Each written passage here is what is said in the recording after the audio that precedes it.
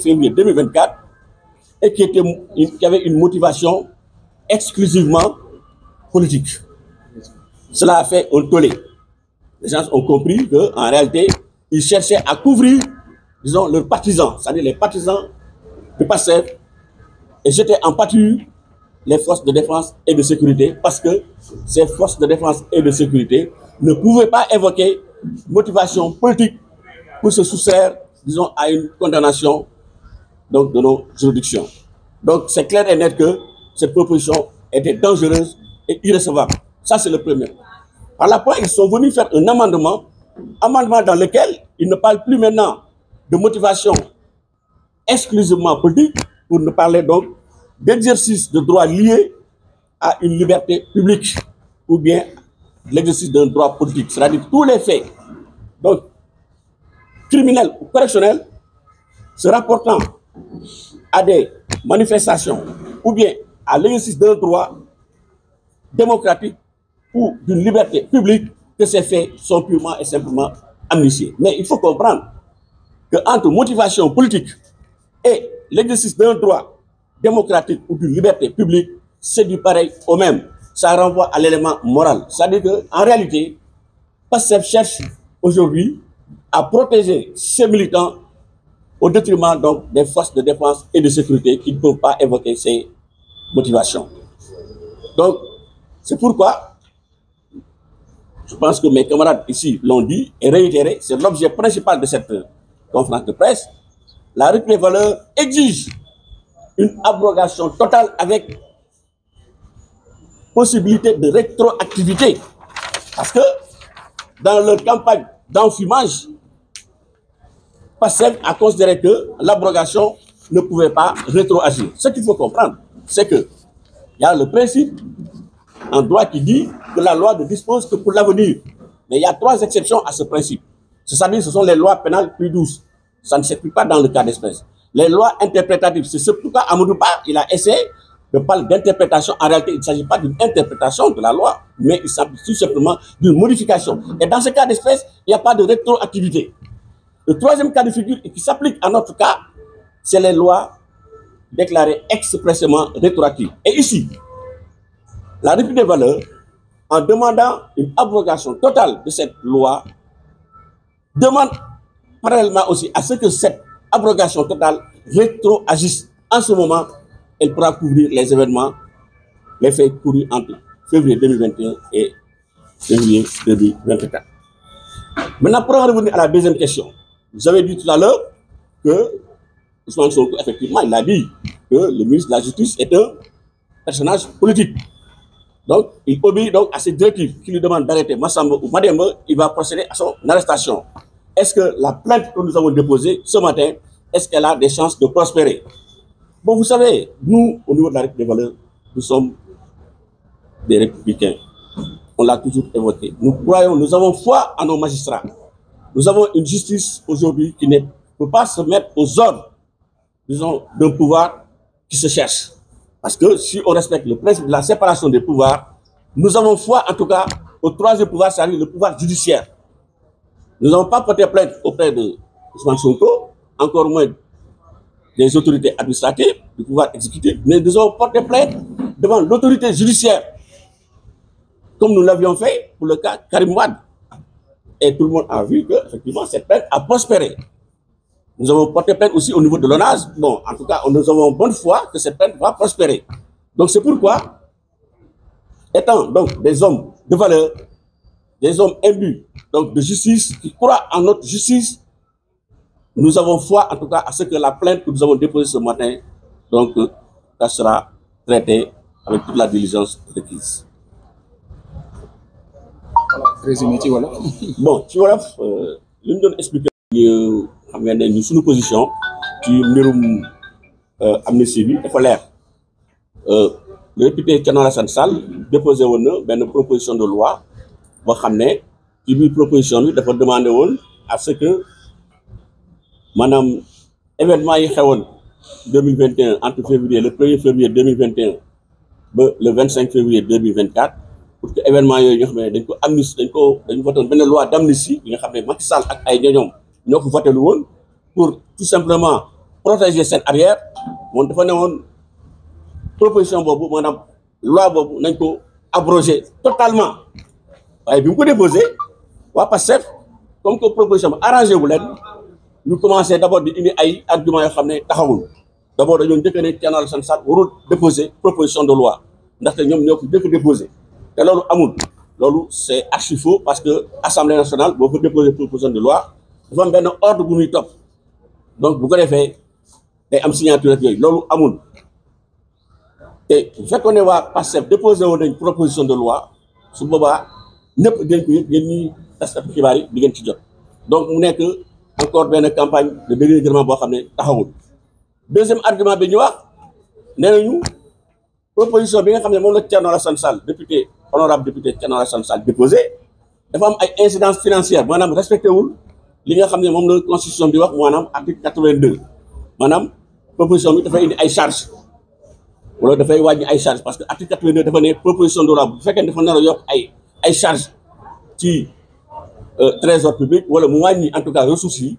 donc su boobaa il faut ki nga xam ne moom moo def proposition bi mu indi ay solutions compensatrices Thierno Alassane Sall bi muy déposé proposition bi expliqué woon na carrément ne que man proposition bi may déposé amul benn incidence financière amul lenn loo xam ne dañ ko si dépensé parce que am na benn budget boo xam ne mi ngi fi déjà voté nañ ko pour ñu atte ñi nga xam ne dañ leen jàpp ci ñombé yi nga xam ne moo amoon entre février 2021 et février 2025 donc bi ñu abrogé bi ñu dàqee donc suñu proposition bi te wax naa ko léegi tout à l'heure dàq bi ñu ko dàq tegul ci yoon amul benn fondement juridique dañoo def lu leen neex rek parce que xam nañ ne que loolu du leen arrangé ñu daal di indi ñoom seen proposition boo xam ne en fait c'est même pas une proposition maanaam ñoom contrairement à li ñu digale woon askan wi ñoom bu ñu ñëw dañ fi dindi loi bi mais dindiwuñu loi dañoo ñëw interpréter loi boo xam ne moom la fi Macky Sall voté woon mais problème bi mooy su fekkoonte ne woon dañ ko interpréter comme il faut parce que loi boobu dafa leer nañ amul lenn loo xam ne war nañ ko si interpréter loolu moom franchement tout simplement nga dégg tubaab xam ne que loi bi dafa leer dafa ne fee yëpp amul xaj ak seen yi nga xam ne c'était entre 2021 et 2025 mu nekk se rapportant à des manifestations ou ayant une motivation politique tous ces faits lépp dañ ko amnistier mais loolu amul lu ci interpréter man jàpp naa ne sax bu fekkee ne dafa am interprétation ki nga xam ne moom moo tëgg loi bi moom moo ko war a interpréter waaye yow nga da ngay interpréter loo xam ne yow teguloo ko te ki nga tëgg mi ngi fii ci assemblée nationale nga ne da nga koy interpréter te ci yoon loi bu ñu koy interpréter day fekk mu am mu lëndëm wala boo xam ne loo xam ne leerul mais loo xam ne dafa leer nañ yow nga ne dama koy interpréter loolu xam ngeen ne que loolu yenuwul maanaam donc ci interprétation bi mu ne loi bi nga xam ne moom la fii waa kër Macky Sall yi tëggoon te bàyyi ko fii maanaam dañuy amnistier fait yi nga xam ne dafa am une motivation exclusivement politique maanaam képp koo xam ne jàpp nañ la ci événement yi nga xam ne yow maanaam politique moo la tax a jóg boo taaloon sax mooy bisu Yaraax bi wala ñuy taal université Cheikh Anta Diop ak supermarché Auchan yooyu yëpp il suffisait tout simplement ñu ne dama doon politique pour que ñoom ñu bañ leen atte te loolu mooy danger parce que boobu ñu ko waxee ñun ñëpp lañ ci jóg waa République des valeurs ak askan bi ñëpp jóg ñu ne du fi dal parce que conséquence bi mooy su fekkente ne dañu ne ñi nga xam ne dafa am des faits yoo xam ne dañu am une motivation politique su boobaa dañuy exposer maanaam suñu force de défense et de sécurité maanaam suñu gendarmerie ak DER yi nga xam ne tey jii ñoo fi nekkoon di jàmmaarloog ñoom pour sauver la République te ñooñu dañ leen war a féliciter doon une mention spéciale mais au lieu de les encourager de les féliciter ñu ñëw di leen jeter en pâture parce que ñoom mënuñu évoquer ay motivation politique parce que takk der warul politique mënuñu sax évoquer ay légitime défense ak leneen ak leneen donc loi bi nga xam ne moom la Amadou Ba tëgg dafa di une loi boo xam ne ñun loolu moo tax sax ñu woo leen dafa di une loi boo xam ne c'est dangereux yaa ngi dégg pour Sénégal parce que dafa nekk une loi à maanaam partielle mooy dafa am ñoo xam ne dóor doom làq doom maanaam ñoom li ñu bëgg mooy li ñu ci juba mooy tout simplement jéem a protéger ñoom seen militants yi sacrifier ñeneen ñi bi ñu toowee coow li de gur mu ñëw mu ne léegi maanaam moo bi nga xam ne mooy les faits ayant une motivation exclusivement politique léegi bind naa ko léegi ci amendement bi mu dugal maanaam loi bu bees bi nee na ce sont des faits yi nga xam ne c'est lié à l'exercice d'une liberté publique ou d'un droit démocratique maanaam képp ku ñu jàpp yow nga ne man dama doon exercer une liberté publique wala un droit démocratique yow kenn du la topp mais gis nga amendement bi ak loi bu njëkk bi maanaam interprétation bu njëkk bi wax naan des faits exclusivement ayant une motivation exclusivement politique yëpp benn la c'est-à-dire dañuy jéem a lëndëmal xelu askan bi loolu kese lañ ci jubee li ñu bëgg mooy dafa leer nag te loolu dafa baax askan bi ñu comprendre ko ñoom seen intention te wax nañ ko mooy si dans l'exposé des motifs te loolu dañuy jéem a lëndëmal mooy lan mooy ñu jéem a protéger les militants du PASTEF ñi nga xam ne ñoom tey jii proposition Thierno Alassane Sall bu jàlloon tey mbir bi dina leer parce que gis nañ fi ay yàqu-yàqu yoo xam ne ñaanuñu yàlla mukk Sénégal loolu di fa amati donc lan moo tax tey jii ñuy interpréter loo xam ne dafa leer lu ne fàng kenn du ko jeex loolu mooy wax bi lu ne fàng kenn du ko jeex donc muy proposition am interprétation mu njëkk bi ak amendement bi yëpp li ma ci mën a wax mooy te loolu laa bëgg ngeen comprendre mooy c'est du blanc c'est du pareil au même ñoom maanaam effacé wuñu loi bi abrogé wuñu loi bi te loolu la ñu jégale woon ak askan bi mais dañoo ñëw fekk fi loi boo xam ne mi ngi fi woon ñu interpréter ko ci nu mu leen neexee donc loolu dafa baax askan bi ñu comprendre ko. Deuxième question bi mooy da nga ne est-ce que maanaam question bi nga xam ne mooy plainte bi ñu déposé parce que docteur Samba Faye bi nga xam ne mooy suñu porte-parole wax na ko fi tout à l'heure ne leen tey si suba ñu nag man ak jeunes yi ñu ngi nii on a fait une délégation dem ci procureur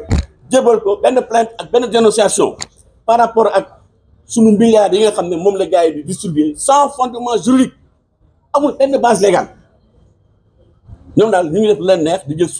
xaalisu askan bi ci dëkk boo xam ne lu yàlla xam doy na di ko paacoo seen biir ñun nag ñu dem saisir le procureur de la République pour ne ko mbir mi na ko leeral parce que lii dafay maanaam violer le principe d'égalité parce que gis nga yoon dafi nekk pour tout le monde la loi est générale et impersonnelle waaye ñoom li ñuy def bi dëgg yàlla loolu ça viole même li nga xam ne mooy suñu constitution waxuma la constitution même mooy li nga xam ne mooy suñu devise mooy un peuple le Sénégal et un peuple un but et une foi waaye waa PASTEF ñu ngi commencé di créer ay divisions te xaalisu askan bi ñuy jël di ko partager di ko jox seen parti seen militant loolu ñun au niveau de la République dañ ko dénoncer te am nañ ci yaakaar donte Ousmane Sonko premier ministre Ousmane Sonko nee na ministre de la justice autorité politique la donc autorité politique maanaam moom mooy patron lu mu ko wax mu def moom lay def mais en tout cas de cause ñun am nañ yaakaar ci suñu magistrature procureur xam nañ ne que moom c'est disons dafa bokk ci exécutif yi il est à cheval entre l'exécutif et le judiciaire mais li ngeen war a xam mooy bu ñu waxee magistrature mooy les magistrats assis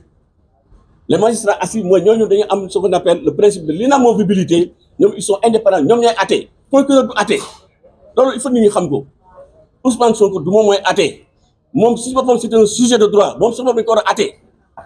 lan moo tax bëggul ñu violer cette proposition Thierno Alassane Sall bëggul mu jàll parce que tout simplement dafa am lu ñuy nëbb ñoom ñëpp ce sont des sujets de droit kon ñun plainte bi ñu déposé dañ ko déposé à nos magistrats assis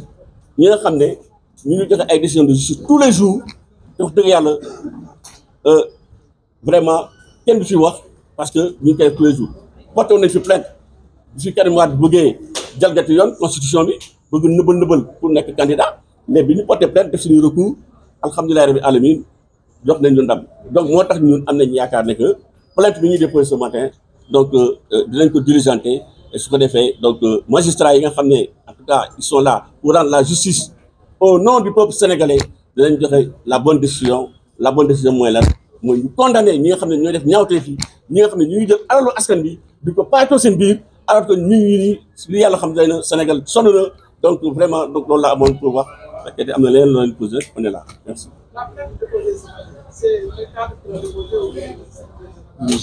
Ce sont les jeunes xam nga defoon nañ fi conférence de presse annoncé woon nañ ko ñun lu ñu wax rek dañ koy def ce sont les jeunes de la République des valeurs qui ont porté cette plainte donc ce sont les jeunes donc de la République des valeurs aujourd'hui qui ont fait une délégation et moi en tant que directeur de structure et en tant que juriste Donc je les ai accompagnés et on a déposé la plainte ce matin. Dans 15 jours, donc on aura la suite, on vous donne rendez-vous dans 15 jours, on vous donnera la suite de cette plainte parce que souvent le procureur donc, va saisir, donc, en tout cas, soit la police, ou bien la DIC, ou bien l'autorité compétente.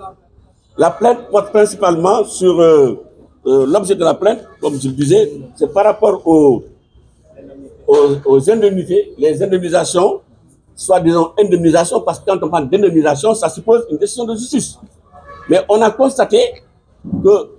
le gouvernement actuel, en tout cas le PASTEF, est en train de distribuer arbitrairement les deniers publics à ses militants pour tout simplement les récompenser d'avoir peut-être participé à les élire. Donc, face à cette situation qui n'a aucun fondement juridique, nous avons jugé utile d'ester en justice pour dénoncer cette pratique. Donc, c'est pourquoi il n'y a pas seulement une plainte, il y a une plainte assortie de dénonciation aussi. Il y a une plainte. On a déposé une plainte et une dénonciation pour donc dénoncer donc, les pratiques malsaines auxquelles le gouvernement, donc, ou bien le régime de Diomaye et de Ousmane Sonko est en train de se livrer par cette activité.